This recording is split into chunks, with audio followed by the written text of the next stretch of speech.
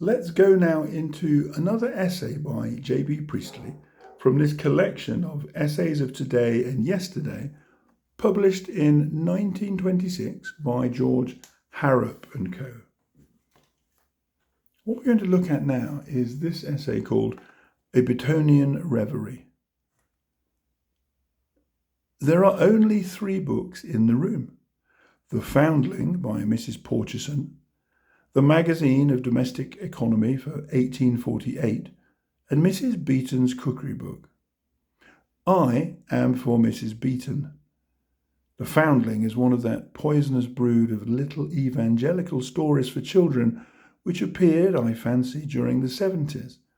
It has a frontispiece, a gloomy drawing, depicting an enormous bearded policeman staring down at a little ragged boy. If I remember rightly, all these stories had frontispieces of bearded policemen and little ragged boys under dismal gas jets. Such drawings are strangely depressing, and the stories themselves are even worse. The Magazine of Domestic Economy appears to have been a signally unattractive publication, at least in 1848, so I can put it aside at once for Mrs. Beeton. Not that I can read Mrs. Beeton, for her solemn counsel falls a little heavily upon my ear. But I can look at her bright pictures and dream over her.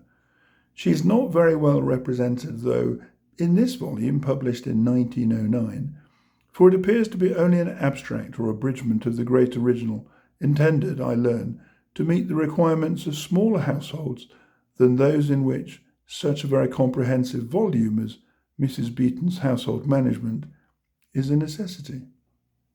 No doubt, these parsimonious smaller householders must be catered for, but I must say that I do not admire such cutting and carving of Mrs. Beeton, though she herself was such a cutter and carver, nor do I admire the persons, however small their households might be, for whose benefit such a transformation has been brought about. They lack poetry, a feeling for atmosphere, to be thus willing to accept in place of the great original work, that cosy and luscious epic, a mere dry abridgment, Mrs. Beeton, as it were, as a cook's mate and not as a great lady. I am disappointed indeed to discover that this is not the massive Book of Household Management, for it was that volume which we had at home in the old days, though we were a small enough household, and it was that volume over which I used to pore for hours when I was a small boy.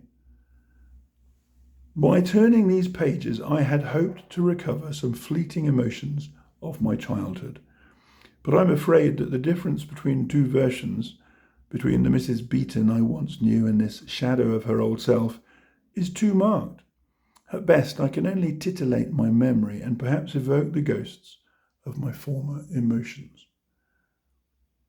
There was something, I remember, about the appearance of our old copy of Mrs. Beeton as it stood on the bookshelves, for we kept it amongst our books, Shakespeare, Scott, and the rest, and did not exile it to the kitchen, that always attracted my attention as I stood on tiptoe before our tall bookcase. It was easily the fattest book on the shelf, as indeed it ought to have been, and still handsome in the crimson and gilt of its binding. It had a look of fatness and richness, an air of opulence that inevitably won my regard.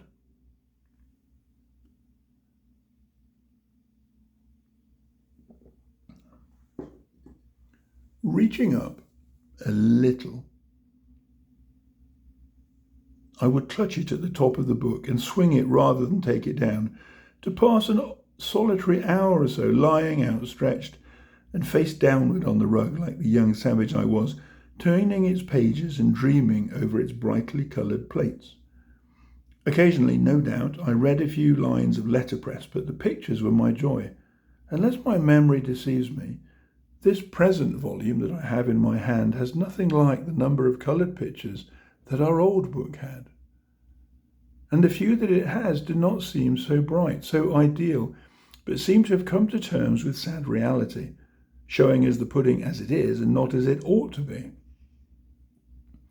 The best picture this later book can offer to me is that of the cheeses, the 20 great cheeses, and very fine it is too, nobly coloured with great golden hulks of double Gloucester, and Cheshire flanked by the exotic Parmesan and the very sinister Schabziger. But our old volume had a score of plates, infinitely richer in colouring and grander in composition.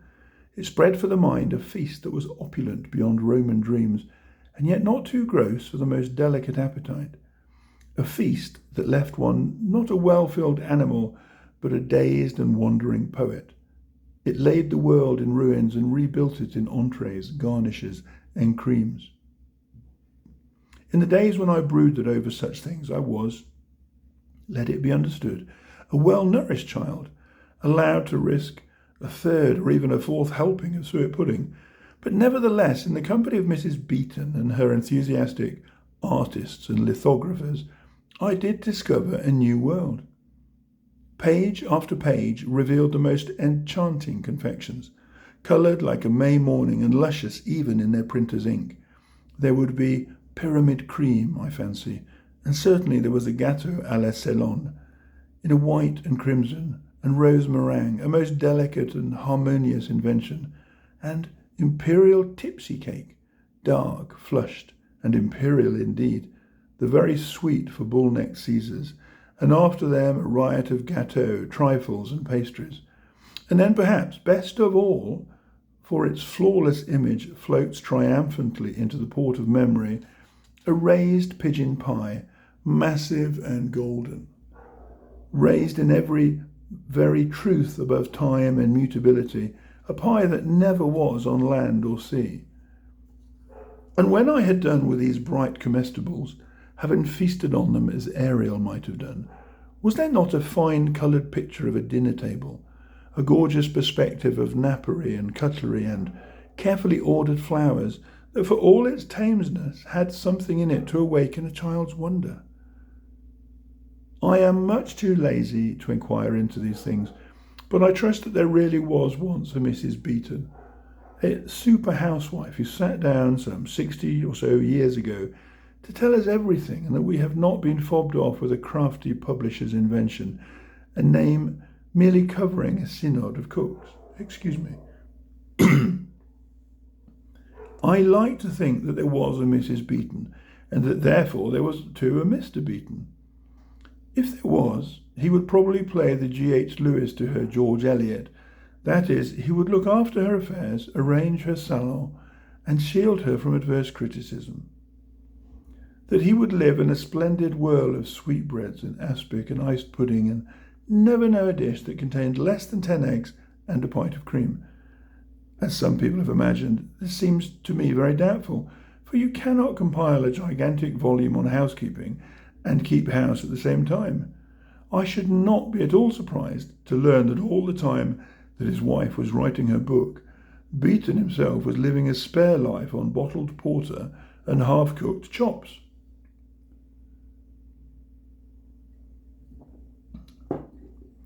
Perhaps he starved that we might feast. Life is like that.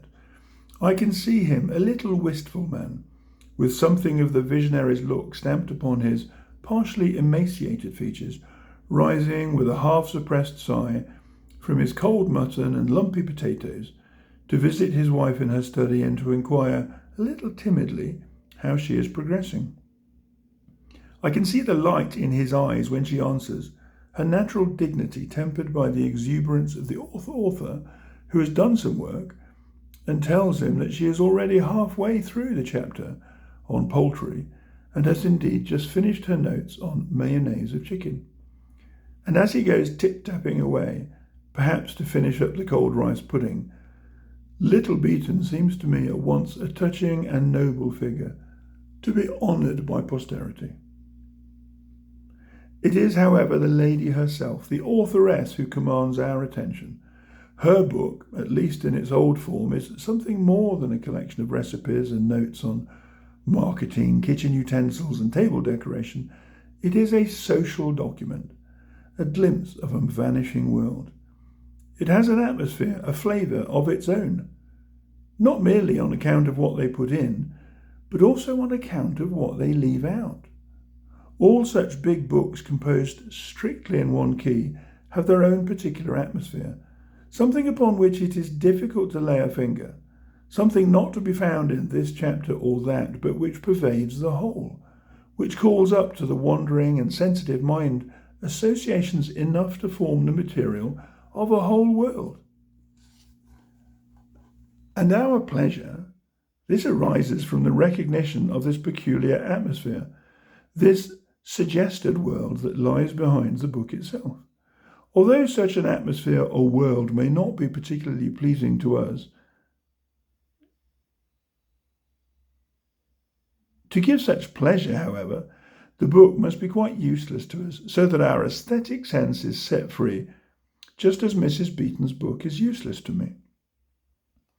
Thus her famous prodigality, her habit of taking scores of eggs, pints of cream, and the rows of strange fish, and so forth, in order to make even a fairly simple dish, is irritating to women who really go to her for advice. But to me, who ask for no advice, such prodigality is simply delightful, and I would not have the grand old lady deprived of a single egg. We may look back upon this great work of hers with its chapters on the dignity and worth of housekeeping, its multifarious marketing, its solemn pages on the management of servants, its diagrams of table decoration and napkin folding, and discover that a whole age, idealized it is true, but still recognizable, has been suggested to our mind. The enchantress only has to wave her salad bowl or touch her eyes with one of her folded table napkins, and lo, time has rolled back, and once again we are all cosy and superbly fed, all intent upon small social matters and beyond the torment of ideas. Victoria, that comfortable-looking one of the middle period, is on the throne. Darwin has been head of, but is not believed, and we are still especially created, brought into the world to occupy our stations, to demolish salmi of duckling and almond pudding, and do good to the poor. None of the isms have yet arrived and would not be tolerated if they had. And father is in the counting house counting out his money, and sister in the drawing room reading the Idylls of the King, and the rector is coming to lunch. So mother and cook are in the kitchen, Mrs. Beeton in hand, taking 24 eggs and a quart of cream. And that funny little beautiful observant essay is by J.B. Priestley, originally in the piece I for One.